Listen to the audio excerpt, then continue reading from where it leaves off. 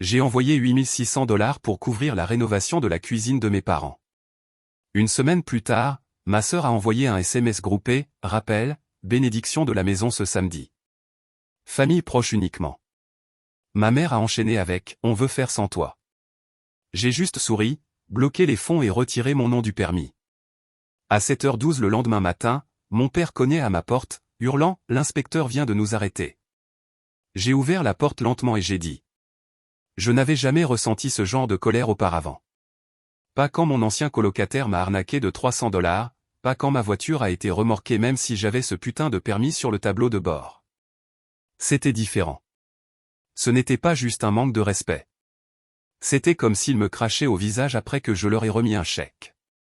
J'ai envoyé 8600 $ à mes parents pour la rénovation de leur cuisine. Pas un prêt, pas un cadeau partiel, le tout payé en un seul virement. Ils avaient fait en sorte que cela sonne urgent, fuite de gaz, armoire pourrie, une échéance d'inspection de la ville qu'ils ne pouvaient pas manquer. Ma mère a dit que si ce n'était pas fait cette semaine-là, les amendes commenceraient à s'accumuler. Mon père a appelé 2 fois juste pour confirmer le montant. J'ai fait le virement lundi matin et je n'ai plus beaucoup entendu parler d'eux après cela. J'ai supposé qu'ils étaient occupés avec les entrepreneurs. Quelques SMS de ma sœur en milieu de semaine disant des choses comme journée démolition et de nouveaux comptoirs arrivent. Je n'ai pas répondu. Je n'ai généralement pas besoin de remerciements, mais j'imagine que j'attendais quelque chose. N'importe quoi. Puis, lundi soir, exactement 7 jours après que l'argent ait quitté mon compte, ma sœur a envoyé un message dans le groupe de discussion familiale, rappel, bénédiction de la maison samedi. Famille proche uniquement. J'étais à moitié en train de le relire quand ma mère a enchaîné. Nous ne voulons pas que tu viennes. Celui-là m'a frappé comme une brique au visage. Aucune explication, juste un message clair et net. Je l'ai regardé fixement pendant une bonne minute, le téléphone toujours dans ma main, essayant de comprendre si j'avais manqué quelque chose. Famille proche uniquement. Et il ne voulait pas de moi là-bas. Après que j'ai payé pour ce putain de truc. Je n'ai pas répondu. Je n'ai pas appelé. Je n'ai pas argumenté. J'ai ouvert mon application bancaire et bloqué les fonds. Le paiement avait été configuré comme une libération programmée en raison d'un certain retard de l'entrepreneur. Heureusement, il n'avait pas terminé la dernière vérification, j'avais donc le temps. Puis j'ai appelé l'entrepreneur et je lui ai dit de tout mettre en pause. Plus de cloisons sèches, pas de peinture, pas d'installation d'appareils électroménagers. Je suis allé sur le site le lendemain matin et j'ai remis à chacun des ouvriers 50 $ en espèces avec des instructions simples, dites à mes parents qu'à moins qu'ils ne paient intégralement aujourd'hui, vous vous en allez. Et si mes parents élèves ne serait-ce qu'un peu la voix, appelez la police. Ils ont accepté. L'un d'eux a même ri. Ce que mes parents ne savaient pas, c'est que seule la moitié de l'argent avait été versée à l'entrepreneur.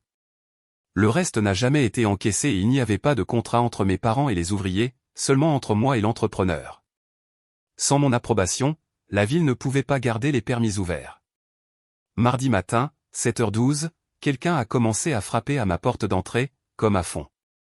Je n'avais pas besoin de vérifier qui c'était.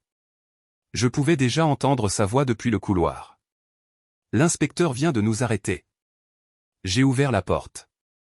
Mon père était rouge de colère, serrant un morceau de papier enroulé. Je n'ai rien dit tout de suite. Puis j'ai juste dit, ouais, je sais. J'ai retiré mon nom du permis. Ils avaient besoin de mon autorisation. Je n'autorise rien. Il avait l'air stupéfait, comme s'il ne pouvait même pas comprendre ce que je disais. Je lui ai dit le reste, l'argent n'a pas été versé. Les gars de l'entrepreneur ne travaillaient que parce que je leur avais payé un petit bonus et que je leur avais dit d'attendre qu'ils paient. S'ils ne le faisaient pas, ils en avaient fini. Vous avez prévu une célébration pour une cuisine que j'ai payée, puis vous m'avez dit que je n'étais pas le bienvenu. Je ne vais pas réparer votre erreur. Payez ou débrouillez-vous avec une cuisine à moitié faite. Puis je suis rentré et je l'ai laissé là. Je n'ai pas vérifié s'il était parti. Je m'en fichais. À midi ce jour-là, la discussion de groupe s'était transformée en un accident de voiture au ralenti. Ma sœur a essayé en premier. 2 appels manqués, puis un 3e. Je n'ai pas décroché. 5 minutes plus tard, le SMS est arrivé, « Qu'est-ce que tu as foutu ?» Je n'ai pas répondu. Je l'ai laissé là, non lu pendant 1 heure. Puis mon père s'est lancé avec un long message sur la façon dont j'avais tout compliqué et comment les inspecteurs abusaient de leur pouvoir. Il a dit que je n'avais pas le droit de bloquer un travail qui ne me concernait plus. Cette dernière partie m'a vraiment marqué. Ne me concernait plus. Mes 8600 $ étaient toujours bloqués alors que leurs ouvriers restaient là à ne rien faire, attendant un miracle. Leur bénédiction était dans 5 jours. Pas de sol, pas de crédence, pas d'appareils électroménagers, rien qui ait passé l'inspection. Je savais qu'ils étaient en train de paniquer. À 15 heures, l'entrepreneur a appelé. Il a dit que mon père s'était présenté en personne, rouge de colère et transpirant, et lui avait remis une enveloppe. À l'intérieur se trouvait le reste du paiement, 4300 $ en petites coupures. Aucune question, aucune négociation. Il a juste glissé l'enveloppe sur la table et leur a dit de terminer le travail. J'ai demandé si l'équipe avait récupéré ces 50 $. Il a ri et a dit, ils me l'ont remis directement. Ils ont dit que vous vous étiez déjà occupé d'eux, alors maintenant ils allaient finir d'ici vendredi. Je lui ai dit, très bien, mais ne me mentionnez plus. À personne, laissez-les penser que j'ai disparu. Ce soir-là, j'ai vérifié la conversation de groupe. C'était comme si rien ne s'était jamais passé. Ma sœur publiait à nouveau des photos, de nouvelles carreaux en train d'être posés, des boîtes avec de nouveaux appareils brillants empilés dans le couloir. Ma mère a envoyé un selfie flou avec les nouvelles suspensions en arrière-plan, agissant comme si c'était une transformation magique de la maison. Aucune excuse, aucune explication, juste le retour au spectacle. Je n'ai pas répondu, mais j'ai regardé. Samedi est arrivé et, comme prévu, pas un mot de personne. Pas de rappel, pas d'invitation. Je n'étais même pas une pensée secondaire. Vers 14h30, ma cousine Rina a publié une photo sur Instagram.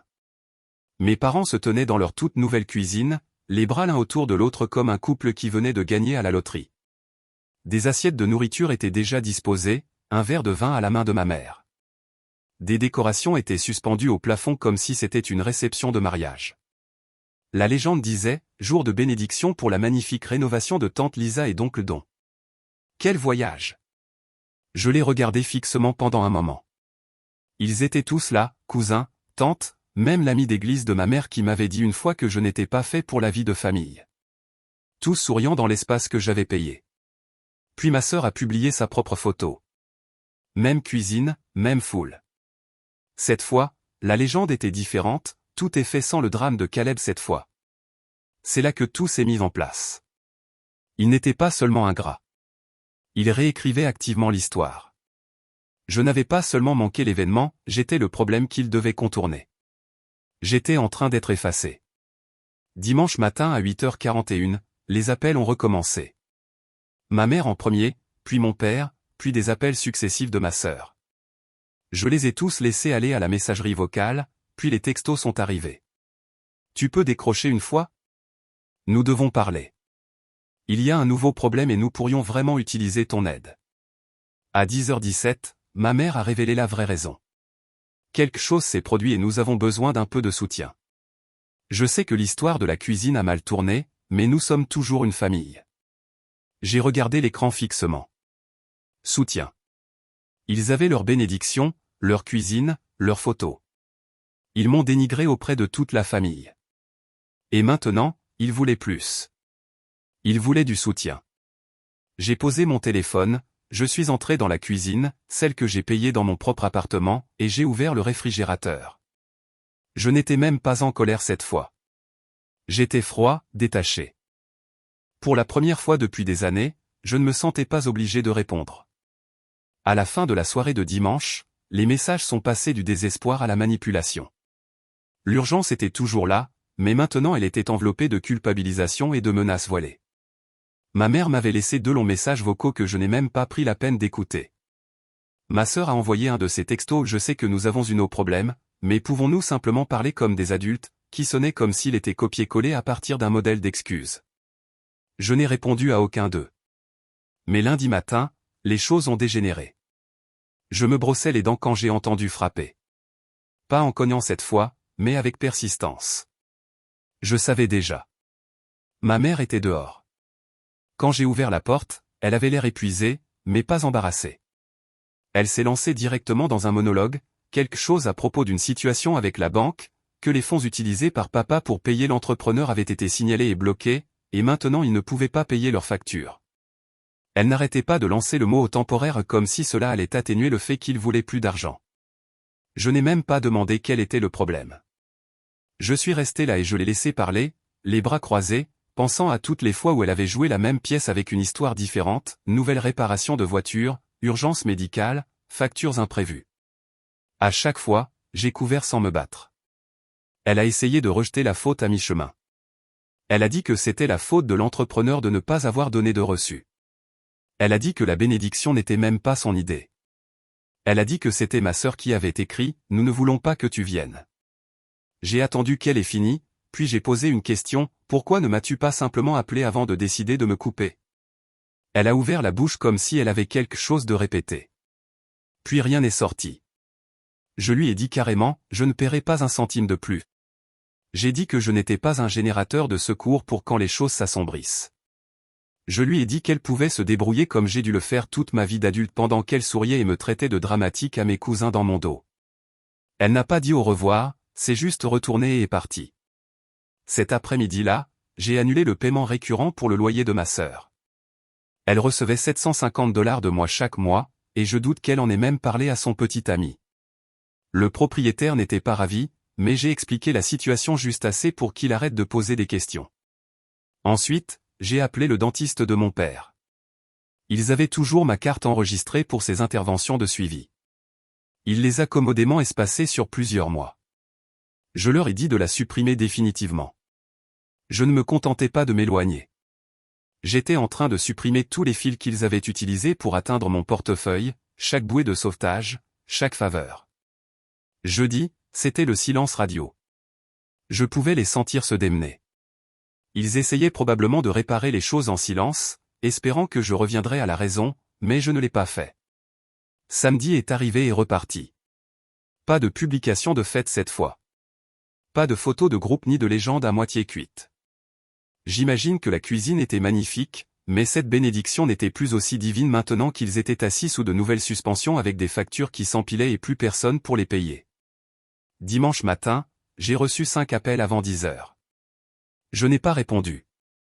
Vers midi, les textos ont recommencé. Cette fois, ma mère est passée à l'agression passive, je suppose que l'argent est plus important que la famille pour certaines personnes. C'est bon. Dieu voit tout. Tu comprendras quand tu auras des enfants. Puis est venue la véritable pression, ton père envisage de contracter une deuxième hypothèque parce que nous n'avons pas d'option. Mais ne t'inquiète pas pour nous. Nous nous débrouillerons d'une manière ou d'une autre. J'ai regardé l'écran fixement pendant longtemps.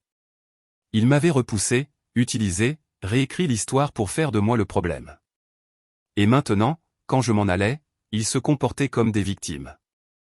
Puis ma sœur a publié quelque chose sur Facebook, une photo de son café avec la légende « C'est faux comme certaines personnes exigent de la reconnaissance juste pour avoir fait ce que toute famille décente devrait faire. » Il y avait des j'aime et des commentaires, dont un de son ami. Est-ce que c'est à propos de Caleb ? Elle n'a pas répondu, mais elle n'a pas non plus nié. Ils n'essayaient plus seulement de me culpabiliser. Ils essayaient de ruiner ma réputation dans la famille, de me dépeindre comme égoïste, déloyale, l'ingrate, l'instable. Et c'est là que ça a fait tilt. Ils pensaient que j'en avais fini, que c'était moi qui partais en trombe, boudé dans un coin. Ils ne réalisaient pas que ce n'était que le début. Ce dimanche soir, je n'ai pas dormi. Je n'étais pas anxieux ou amer. Je n'arrêtais pas de ressasser une seule pensée, ils croient toujours qu'ils ont le dessus. Ils pensaient que c'était une rupture temporaire. Que s'ils l'ignoraient assez longtemps, je reviendrais en rampant comme je l'ai toujours fait, carte bancaire à la main, et excuses à moitié formées. Ils n'avaient aucune idée de ce qui allait arriver. Lundi matin, la première chose que j'ai faite, c'est d'appeler le bureau des permis de la ville et de poser quelques questions, innocentes. Que se passe-t-il si quelqu'un retire son nom d'un permis d'amélioration de la maison en cours de travaux? Que se passe-t-il si les travaux ne sont pas terminés conformément aux normes? Que se passe-t-il si un entrepreneur est payé en espèces et qu'il n'y a aucune trace de cela? La femme au téléphone ne connaissait pas les détails, mais elle m'a donné une ligne directe vers un inspecteur. J'ai appelé, exposé ce que je savais, et terminé l'appel par une phrase « Je veux juste m'assurer que tout ce qui se passe au 312 Va Street est légal ». Il a dit qu'il allait se pencher sur la question. Ensuite, j'ai appelé la ligne de signalement de l'IRS. Mon père avait retiré de l'argent en plusieurs fois, des retraits bâclés et incohérents sur plusieurs jours. Je le savais parce que l'un des gars de l'entrepreneur me l'avait mentionné avec désinvolture, riant de la façon dont il comptait les billets comme une transaction de drogue. Mon père a toujours pensé que l'argent liquide était invisible. Ce n'est pas le cas. Je ne l'ai accusé de rien, j'ai juste dit que j'étais inquiet qu'une rénovation importante financée en espèces soit effectuée sans aucune trace officielle. C'est tout ce qu'il a fallu. Mercredi, l'inspecteur était retourné chez eux. Apparemment, une partie du câblage n'était pas aux normes, et le permis de la ville avait été signalé pour une nouvelle inspection en raison de modifications apportées à l'approbation initiale, à savoir le retrait de mon nom. Mon père m'a appelé 3 fois et a laissé un message vocal qui ressemblait plus à une crise de nerfs qu'à un message. Il a dit que l'inspecteur leur avait dit soit de refaire les travaux électriques avec un entrepreneur agréé, soit de s'exposer à une amende et à un ordre possible de démolir les parties terminées. Puis il a dit, « Tu as fait ça. » Il avait raison. Jeudi matin, j'ai envoyé un email. Pas à lui, pas à ma mère, mais à tous les parents qui avaient assisté à la bénédiction de la cuisine. J'ai joint un PDF de la confirmation de paiement de $8600, le virement complet depuis mon compte avec un eurodatage. Puis j'ai simplement écrit, au cas où quelqu'un aurait été mal informé. Pas de diatribe, pas d'histoire, juste la preuve. Les retombées ont commencé plus vite que je ne l'avais prévu. Vendredi après-midi, j'ai reçu un message de mon cousin Nat, « Mec, qu'est-ce qui se passe ?» Puis un autre d'une tante, « Ta mère a dit que tu n'avais rien payé. Tu es en train de dire que tu as financé toute la cuisine ?» J'ai juste répondu avec la capture d'écran. Ils ont arrêté de poser des questions après cela. Samedi est arrivé. Ils ont toujours tenu la bénédiction. C'était calme, plus petit qu'avant. Une voisine, ma tante, qui a toujours été jalouse de la vie parfaite de ma mère sur Facebook. Pas de cousins, pas d'amis de l'église. Mon oncle a complètement zappé. Et selon un message que j'ai reçu plus tard, il a ouvertement demandé au dîner pourquoi ils avaient menti. Ma mère a pleuré devant tout le monde. Mon père est parti avant même qu'il n'allume les bougies. Mais je n'en avais pas fini. J'ai déposé un simple rapport en ligne auprès de l'organisme de réglementation des entrepreneurs de l'État, signalant les travaux électriques non autorisés. Je n'ai pas signé mon nom, j'ai juste téléchargé la photo du gars en train d'installer les prises. Il l'avait lui-même publié sur l'Instagram de son entreprise et avait identifié l'emplacement. Puis je me suis assis et j'ai attendu. Dimanche matin, les textos sont arrivés, en commençant par ma mère, « Pourquoi fais-tu ça? Est-ce que tu nous détestes à ce point? Tu as fait valoir ton point de vue. Et enfin, nous ne méritons pas ça. Tu nous as blessés. N'attends plus jamais d'aide de notre part. » Celui-là m'a fait rire. De l'aide de leur part. Alors j'ai répondu, « Vous n'avez jamais aidé. Vous avez juste pris et maintenant vous pouvez trouver comment vivre sans moi. » Elle n'a pas répondu. Et pour la première fois depuis des années, j'ai eu l'impression d'être enfin libéré de tout cela. Partie 5, le changement.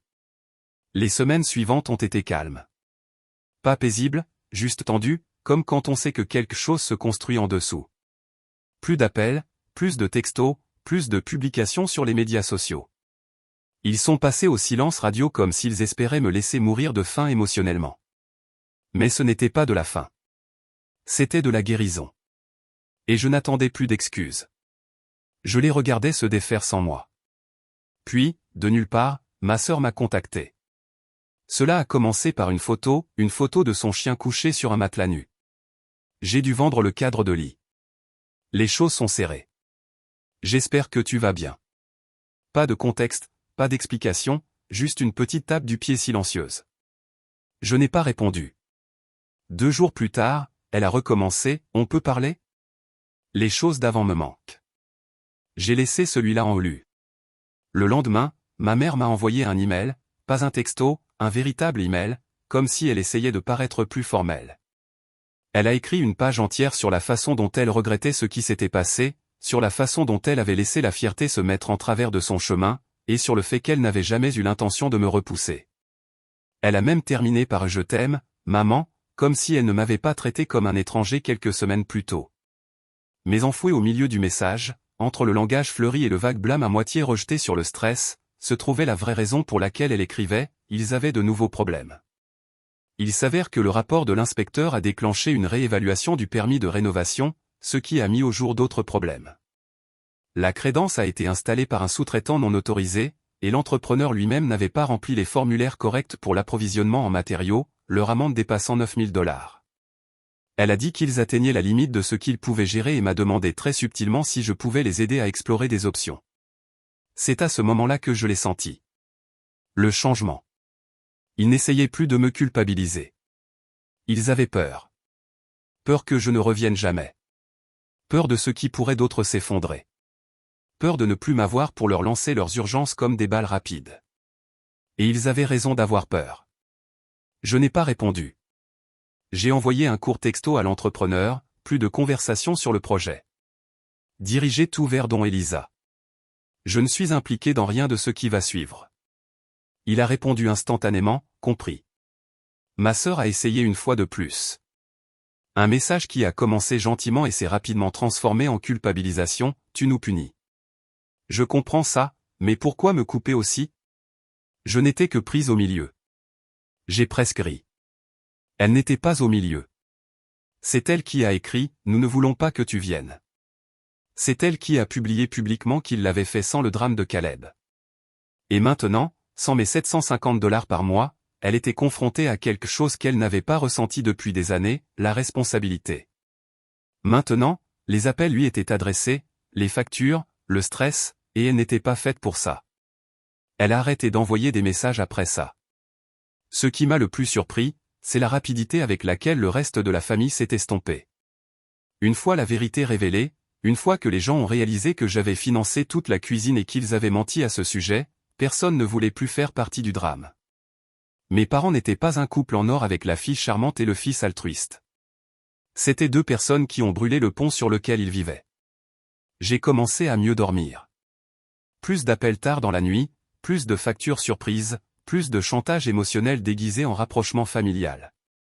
Et chaque fois que je voyais un autre email ou texto auquel je ne répondais pas, je réalisais autre chose.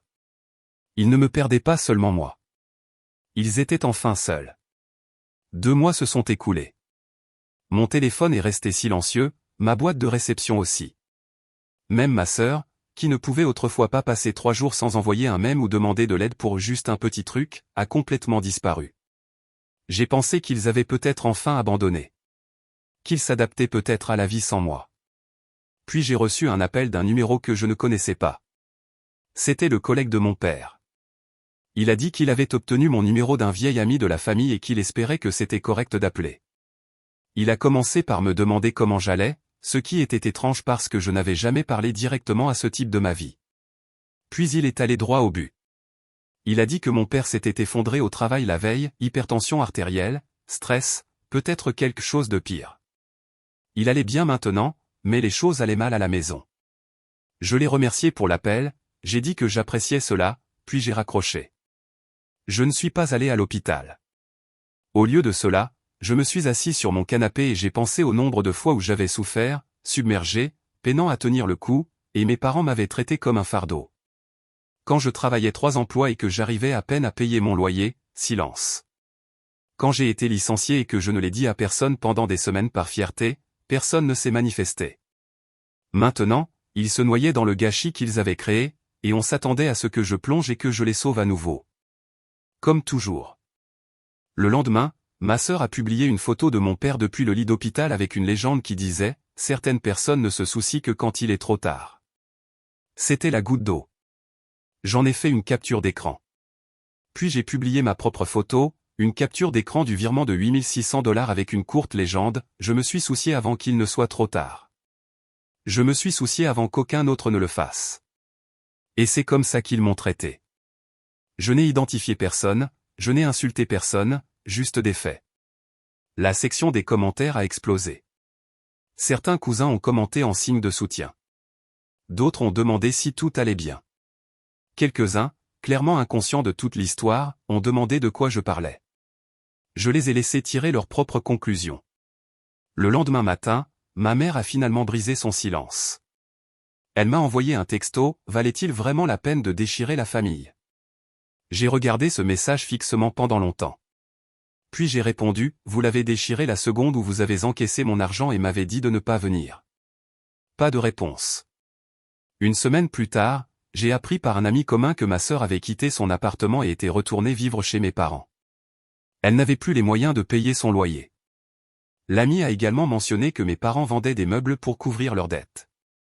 Les amendes, l'inspection ratée, le deuxième cycle de travaux électriques, tout s'était transformé en quelque chose qu'ils ne pouvaient plus contenir.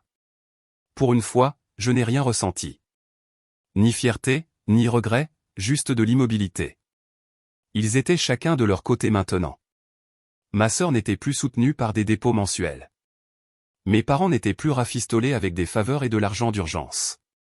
Et moi? J'allais bien. Mes factures étaient payées. Ma maison était silencieuse. Ma paix n'était plus quelque chose pour laquelle je devais me battre. Ils avaient l'habitude de me traiter d'égoïste pour avoir fixé des limites. Maintenant, ils appellent ça du silence. Mais ce silence, c'est ce que j'ai gagné. 2 semaines se sont écoulées. Pas d'appel, pas de texto, pas de messages vocaux surprises me demandant si on pouvait juste parler. Mon téléphone est resté silencieux, et pas le genre de silence tendu où l'on se prépare au prochain mouvement, juste un vrai silence. Le genre qui fait vraiment du bien. Je n'ai pas entendu parler de ma mère, pas un murmure de mon père, pas même une des citations passives-agressives ou des faux appels de ma sœur. C'était comme s'ils avaient tous collectivement décidé de se retirer et d'espérer que le temps me ferait oublier tout ce qui s'était passé. Mais je n'ai pas oublié. J'ai juste arrêté de m'en soucier. J'ai entendu dire par un voisin qu'ils avaient vendu beaucoup de meubles. La table à manger où j'ai pris tous les repas de mon enfance? Disparu. Le fauteuil préféré de mon père, celui où personne d'autre n'était jamais autorisé à s'asseoir? Vendu. Le jardin était envahi par la végétation. Apparemment, ils avaient du retard dans le paiement des factures, et sans aide supplémentaire, les choses ont commencé à déraper. Ma sœur était officiellement retournée vivre chez eux. Je l'ai découvert quand mon ancien colocataire m'a envoyé une capture d'écran de sa désactivation de tous ses comptes de médias sociaux. Plus de photos de chiens, plus de selfies filtrés avec des légendes vagues, juste disparues. Je suppose que la réalité a frappé fort quand elle a dû choisir entre publier un brunch et pouvoir réellement se payer l'épicerie. Et pourtant, je n'ai rien ressenti. Ni joie, ni vengeance, juste de l'espace, de la paix. La bénédiction de la maison n'est plus jamais revenue sur le tapis. Pas de suivi, pas de tentative d'expliquer ou de nettoyer les choses. Je suppose qu'ils se sont dit que moins ils en diraient, plus il serait facile de faire comme si tout cela n'était jamais arrivé. C'est leur modèle, enterrer les dégâts et passer à autre chose comme si c'était juste une autre bizarrerie familiale. Mais j'en avais fini de faire partie de l'illusion. J'ai commencé à mieux dormir. J'ai cuisiné plus, j'ai repris un nouveau projet que je remettais depuis 1 an. J'ai même recommencé à sortir, à me laisser respirer sans toujours vérifier s'il y avait un appel manqué ou une demande en retard. C'était la première fois depuis des années que je n'étais le plan B financier ou le sac de frappe émotionnel de personne. Cela s'est terminé exactement comme il le fallait. Pas d'arguments explosifs, pas de conclusion dramatique, juste du silence. Le genre qui colle, le genre qui dit « cette porte n'est pas cassée, elle est verrouillée ». La conclusion est simple. Les gens ne changent pas quand ils sont à l'aise. Mes parents m'ont utilisé comme une béquille pendant des années, et la seconde où je me suis écarté, ils se sont effondrés. Pas parce que je le voulais, mais parce qu'ils ont tout construit sur moi sans jamais penser que je bougerais. Maintenant, ils en savent plus. Et moi? Je vis enfin sans attendre la prochaine erreur de quelqu'un d'autre.